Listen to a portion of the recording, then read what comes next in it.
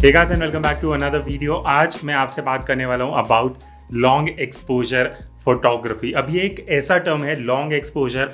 बहुत लोग इसको सिर्फ इस तरह से लेते हैं कि लॉन्ग एक्सपोजर मतलब सिर्फ हम रात को जब फोटोज़ लेते हैं वो लाइट रेल वाली, उसी को हम लॉन्ग एक्सपोजर बोलते हैं।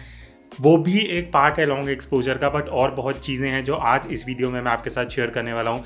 क्या क्या इक्विपमेंट्स आपको चाहिए, क्या सेटिंग्स हैं, और उससे भी पहले हम थोड़े फंडामेंटल्स के बारे में बात करने वाले हैं कि लॉन्ग एक्सपोजर फोटोग्राफी होता क्या है और कब हमें उसको प्रैक्टिकली यूज़ करना चाहिए।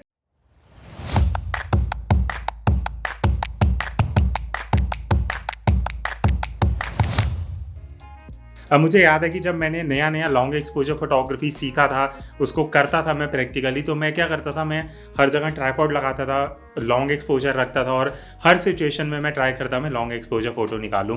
और वहाँ पे सबसे बड़ी गलती मैं क्या करता था, और यही आपके लिए एक टिप है कि जब आप लॉन्ग एक्सपोजर फ़ोटोज़ ले रहे हो, आपको ये समझना बहुत ज़रूरी है कि दो मेजर सिचुएशंस हैं जिस वजह से या जहाँ पे हम लॉन्ग एक्सपोजर फोटोग्राफी को प्रैक्टिकली यूज़ करते हैं। पहला सिचुएशन होगा जब हमें कैमरा के अंदर ज़्यादा लाइट चाहिए। फॉर एग्जांपल आप लो लाइट सिचुएशन में शूट कर रहे हो, वहाँ पे इतना अवेलेबल लाइट नहीं है, तो वहाँ पे हम लॉन्ग एक्सपोजर रखते हैं, शटर स्पीड स्लो कर देते हैं ताकि कैमरा के अंदर ज़्यादा लाइट आ सके और हम proper well balanced well exposed photo निकाल सकें। सेकेंड प्रैक्टिकल यूज़ होगा जब आप इंटेंशनली सब्जेक्ट को मोशन में दिखाना चाह रहे हो, वहाँ भी हम लॉन्ग एक्सपोजर फोटोग्राफी लेते हैं।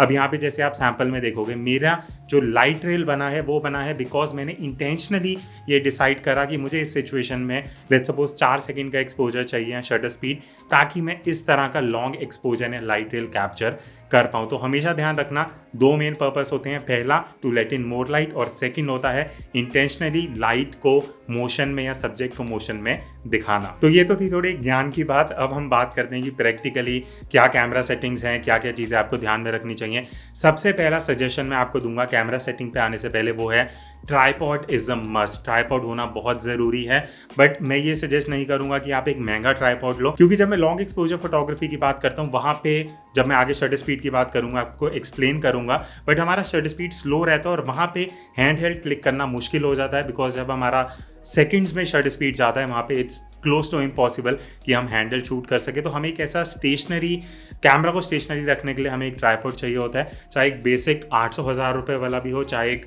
15-20 हज़ार का ट्राइपॉड भी हो, उसका पर्पस सेम ही होगा। बट अगर आपको डिटेल में ट्राइपॉड के बारे में जानना है, आपको आई बटन में या डिस्क्रिप्शन में वीडियो मिल जाएगी। अब आपको अपने कैमरा में सेटिंग्स डालने से पहले एक चीज़ ध्यान रखनी होगी, ये मेरा पर्सनल सजेशन है, एक्सपीरियंस है जो मैं आपको बता रहा हूँ। जो आपके लेंस में अगर अवेलेबल है IS या VR या किसी भी तरह का स्टेबलाइजेशन, उसको हमेशा स्विच ऑफ कर देना। इसका रीज़न क्या है, जब ट्राइपॉड पे कैमरा होता है और स्टेबलाइजेशन ऑन होता है तो लेंस के बीच में हल्का सा वाइब्रेशन होता है स्टेबलाइज करने के लिए, और वो वाइब्रेशन एट दी एंड आपके कैमरा में आता है जो आपकी फ़ोटो में शेक को इंक्रीज कर देगा। तो ये चीज़ ध्यान रखना। सेकेंड चीज़, शेक को और कम करने के लिए, रिड्यूस करने के लिए, आपका अगर DSLR कैमरा है उसमें एक ऑप्शन रहता है मिरर लॉकअप। अगर वो आपके कैमरा में ऑप्शन है, आप उसको एनेबल कर सकते हो। वो क्या करेगा, जो मिरर होता है आपके DSLR में उसको हमेशा के लिए फ्लिप अप कर देता है, और जब आप फोटो लेते हो वो जो हल्का सा फ्लिप अप एंड डाउन जो मूवमेंट होता है ना, उसमें जो माइनर शेक आता है वो उसको और फर्दर एलिमिनेट कर देता है। और थर्ड और सबसे इंपॉर्टेंट टिप लो लाइट फोटोग्राफी के टाइम शेक को रिड्यूस करने के लिए, वो है टाइमर को यूज़ करना। ये टिप मैं बहुत सी वीडियोस में सजेस्ट करता हूँ, यहाँ पे भी करूँगा, क्योंकि भले ही आपके पास ट्राइपॉड हो, अगर ट्राइपॉड पे भी आप हल्का सा शटर बटन पे टैप करते हो, मतलब क्लिक करते हो, तो चांसेस होते हैं स्लाइड शेक हो ही जाता है। तो बेटर है उसको अवॉइड करें। 2 सेकेंड या 10 सेकेंड का जितना आपको कंफर्टेबल लगे आप उतना टाइमर लगा दो कैमरा में, and you are ready to start shooting. अब हम आते हैं कैमरा सेटिंग्स पे। सबसे पहले जो मेरा प्रोसीजर रहता है, जैसे ही मैं कैमरा को ऑन करता हूँ, अगर मैं बात कर रहा हूँ लॉन्ग एक्सपोजर की, मैं हमेशा मैनुअल कैमरा मोड पे जाता हूँ, बिकॉज यहाँ पे मुझे खुद कंट्रोल चाहिए shutter speed, aperture, ISO and white balance का। तो अगर ये आप खुद कंट्रोल रखना चाहते हो, इट्स बेटर कि आप मैनुअल मोड पे आ जाओ, बिकॉज अगर आप किसी और मोड पे जाओगे देन चीज़ें थोड़ी और कॉम्प्लिकेटेड होती जाएंगी, बिकॉज कैमरा को नहीं पता कि आप खुद से लॉन्ग एक्सपोजर लेना चाह रहे हो। अगली चीज़, मैं ISO को सेट करता हूँ। ISO में हमेशा मिनिमम रखता हूँ, बिकॉज हमारे पास ट्राइपॉड है, हम शटर स्पीड जितना स्लो ले जाना चाहें हम ले जा सकते हैं, एपर्चर एडजस्ट कर सकते हैं। तो स्टार्टिंग में हमेशा ISO में सबसे मिनिमम डालता हूँ।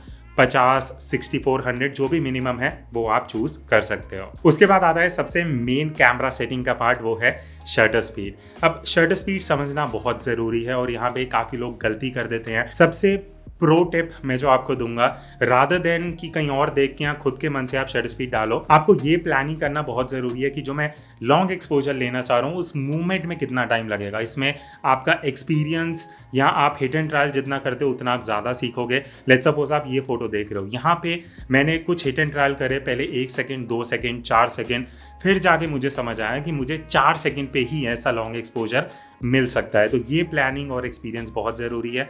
हिट एंड ट्रायल करो, ऐसा नहीं है कि आपके माइंड में ही आपको लग रहा है कि अच्छा मेरा कैमरा तो 30 सेकंड तक जा सकता है तो हमेशा मैं 30 सेकंड पे ही लॉन्ग एक्सपोजर लूँ, वो चीज़ सही नहीं है। बट यहाँ पे मैं एक चीज़ क्लियर करना चाहूँगा, जैसे मैंने स्टार्टिंग में बोला था कि जब हम लॉन्ग एक्सपोजर की बात करते हैं वो ज़रूरी नहीं है सिर्फ रात को या शाम के टाइम ही हो, आप डे टाइम में भी लॉन्ग एक्सपोजर फोटोग्राफी कर सकते हो। यहाँ पे आप कुछ जो सैम्पल्स देख रहे हो ये सब मैंने ब्रॉड डे लाइट में 12-1-2 बजे के टाइम शूट करा हुआ है।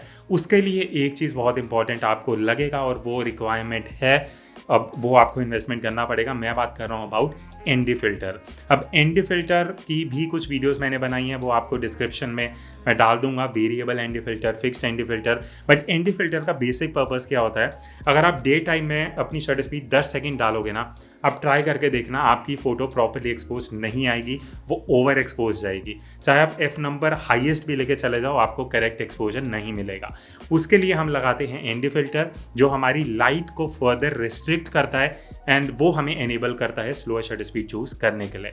तो वहाँ पे आपको ND फिल्टर का रिक्वायरमेंट रहेगा। बट अगर आप शाम को या लो लाइट में शूट कर रहे हो, वहाँ पे आप विदाउट ND फिल्टर शूट कर सकते हो। अब third and last exposure triangle का जो पार्ट होता है, जो हमारा एक्सपोजर डिसाइड करता है, वो है एपर्चर वैल्यू। एपर्चर वैल्यू मैं हमेशा बाद में सेट करता हूँ बिकॉज ISO शटर स्पीड का मैं इंपॉर्टेंस बता चुका हूँ। एपर्चर मैं उस हिसाब से लूँगा जो मेरे एक्सपोजर को बैलेंस कर रहा है। लेट्स सपोज मैंने ISO 100 डाल दिया, मेरा शटर स्पीड मुझे 4 सेकंड चाहिए, देन मैं उस हिसाब से एपर्चर एडजस्ट करूँगा।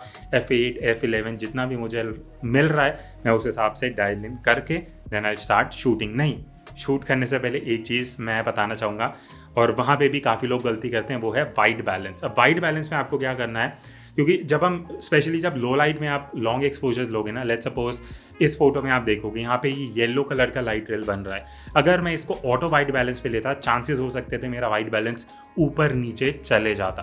तो एक ऑप्शन है आप मैनुअल वाइट बैलेंस ले सकते हो, बट मैं क्या करता हूँ, इजी वे आउट है, आप हमेशा, और ये मेरा सबसे कॉमन टिप है, रॉ मोड में शूट करो, रॉ प्लस JPEG। जो रॉ वाली फाइल है उसमें आपके पास फ्लेक्सिबिलिटी होती है, आप एडिटिंग में कोई भी वाइट बैलेंस चूज करके स्टार्ट कर सकते हो एडिटिंग करना। तो ये चीज़ें जब आप सेट करते हो, you are ready to shoot long exposure photos. But एक चीज़ मैं आपको बोलूँगा, जैसे ही आप फोटो ले लेते हो आपको लगता है परफेक्ट है, एक बार हिस्टोग्राम ज़रूर चेक कर लेना, बिकॉज कई बार क्या होता है, कई जगह बहुत हाईलाइट्स बन जाती हैं, वो हमें डिस्प्ले में नहीं दिखता, तो आपको हिस्टोग्राम में दिख जाएगा या वो स्क्रीन पे ब्लिंक हो जाएगा जो एरिया आपके हाईलाइट के हिस्टोग्राम से बाहर जा रहा है। So that's it. I hope ये बहुत detailed tutorial tips and tricks जो मैंने शेयर करी हैं आपको हेल्प करेंगी लॉन्ग एक्सपोजर फोटोग्राफी में। बट मैं स्टिल आपको सजेस्ट करूँगा, अगर आप इस ड्यूरिंग कोविड बाहर जा रहे हो, प्रिकॉशंस लेना, अच्छे से सैनिटाइजेशन रखना, मास्क पहनना, सारी चीज़ें ध्यान रखना। बाकी आई नो आप इतने समझदार हो, आप ये चीज़ें ध्यान रखोगे। That's it from this video. आपके कुछ सजेशन है आप नीचे कमेंट कर सकते हो, और अगर आप मेरा कोर्स जो चल रहा है उसमें एनरोल करना चाहते हो, उसकी डिटेल भी आपको डिस्क्रिप्शन में मिल जाएगी। I will see you in the next video. तब तक take care and keep clicking.